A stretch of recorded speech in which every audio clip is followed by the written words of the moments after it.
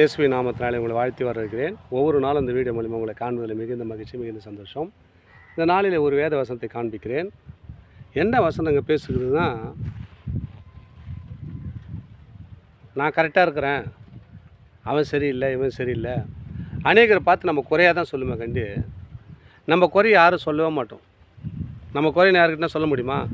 நான் இவ்வளோ குறையாகிறேன்பா, என் வாழ்க்கையில் இவ்வளோ குறை இருக்குது, என் இருதயத்தில் இவ்வளோ குறை இருக்குது, யாரும் சொல்ல மாட்டோம். யாருன்னா சொல்லுவோம், சொல்ல மாட்டோம்ல. நம்மளுக்கு கீழ்த்தரமாக பேசுவாங்க. அதனால் சொல்லாத, அவன் சரியில்லைப்பா, அவன் இப்படியா பாட்டும் அப்படியா பாட்டும் பேசுவோம். இங்கே ஆண்டவர் ஒரு வசனம் பேசுகிறாரு. இந்த வசனத்தை கூர்ந்துக்கணிங்களா?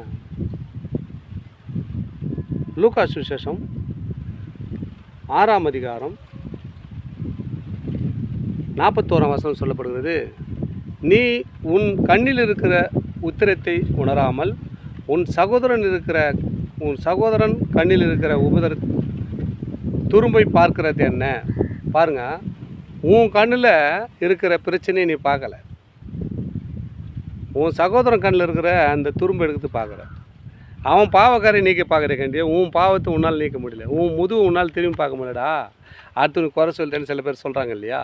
அப்படி தான் உன் கண்ணில் இருக்கிற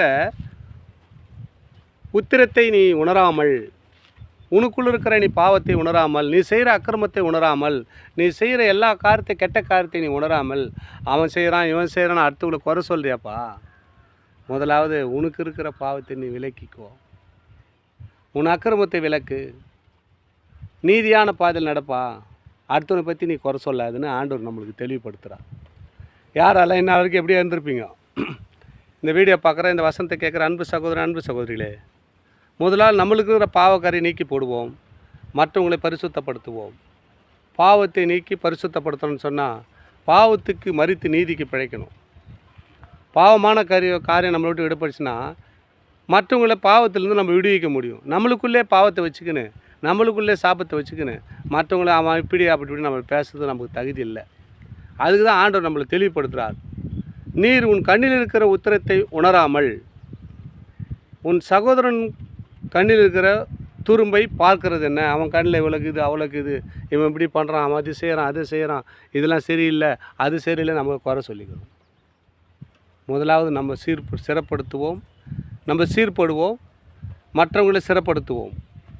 ஆண்டவர் நமக்கு தெளிவுபடுத்துகிற இந்த ஆலோசனையாக நம்ம எடுத்துக்கொள்வோம்.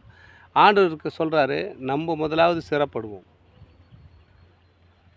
நம்ம குடும்பம் சிறப்படட்டும், நம்ம உறவினர்கள் சிறப்படட்டும், அநேகரை நம்ம சிறப்படுத்துவோம், ஆசீர்வாதத்துக்குள்ளே நடத்துவோம். ஏசப்பா நமக்கு ஒரு கொடுத்த அந்த ஆலோசனையை நம்ம மறவாத